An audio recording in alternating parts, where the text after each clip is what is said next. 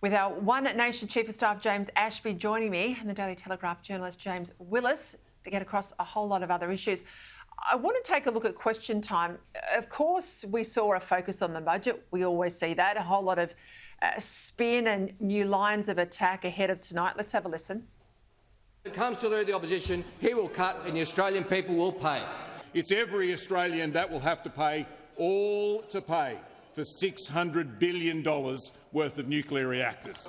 We know there will be cuts, Mr Speaker, and we know Australian patients will pay. If elected, they've said that they will start by making $350 billion worth of cuts to government payments and government services. And this is to pay for their $600 billion nuclear folly. Every Australian worker knows that simple truth, that when he cuts, they will pay.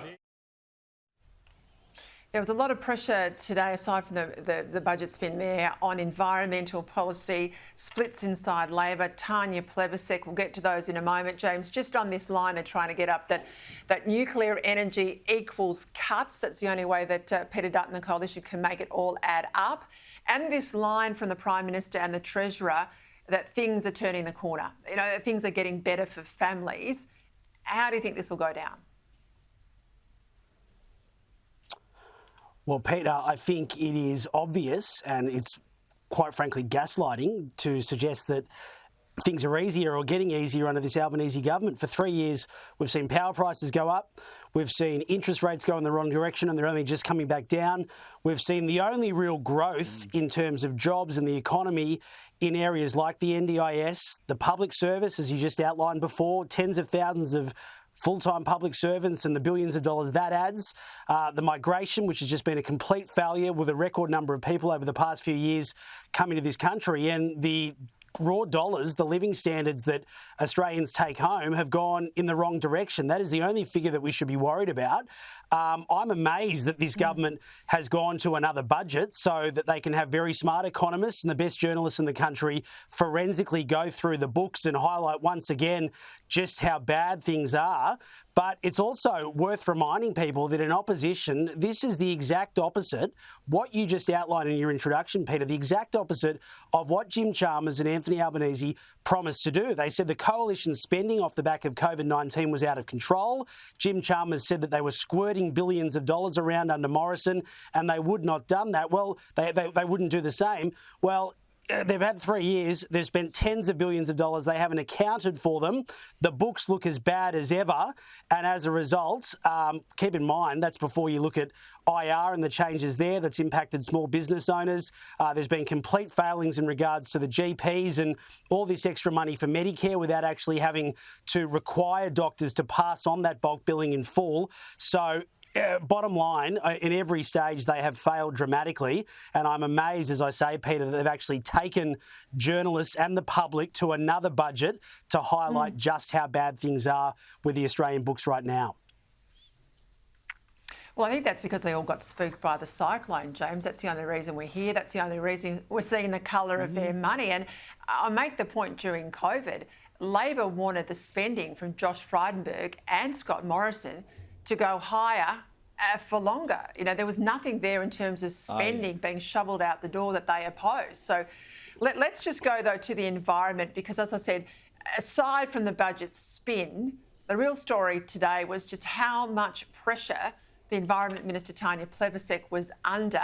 As I said, internally, sure, but also from the Coalition. Have a listen.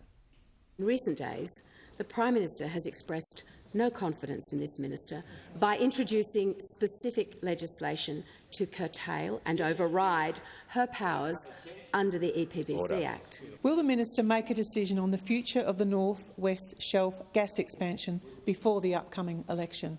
With the Labor governments of New South Wales, Victoria and Western Australia actively extending the life of coal-fired power stations, can the minister confirm how many coal mining approvals she has approved in this term of government? James Ashby, this looks like it's a new front opening up, but it also looks like the Prime Minister has basically hung her out to dry. Oh, you bet. This is Tanya Plibersek's exit. As far as I'm concerned, it shows no love between her and the Prime Minister. The mere fact that she's been overridden on two critical pieces of Labor policy, one being the Nature Positive plan, which the Prime Minister hit on the head there some weeks or months ago now, and now this EPBC Act change, which has gone through the lower house today, expected to go through the Senate either, more than likely, it's got to be tomorrow. That is definitely overriding what the Environment Minister has had any say over. But keeping in mind that issue down there in Tasmania, this is how desperate Labor are. They recognise that every seat counts. They're trying to win that seat in the northwest of Tasmania in Braddon. Lions, in fact, Lions. Anne Urquhart, who's been a senator, she has now stepped down from the Senate to run in that lower house seat. She's very popular. She lives in that area. And to some extent, she's been very supportive of the salmon industry. So this just goes to show there's 5,000 jobs in that salmon industry. Labor know how important that industry is to Tassie, and they also know that if they can pick up those seats and steal them from the coalition, it's just 1, 2, 3 seats away for Peter Dutton and keeps the coalition out of government. So, yeah, it's very important what's happened today.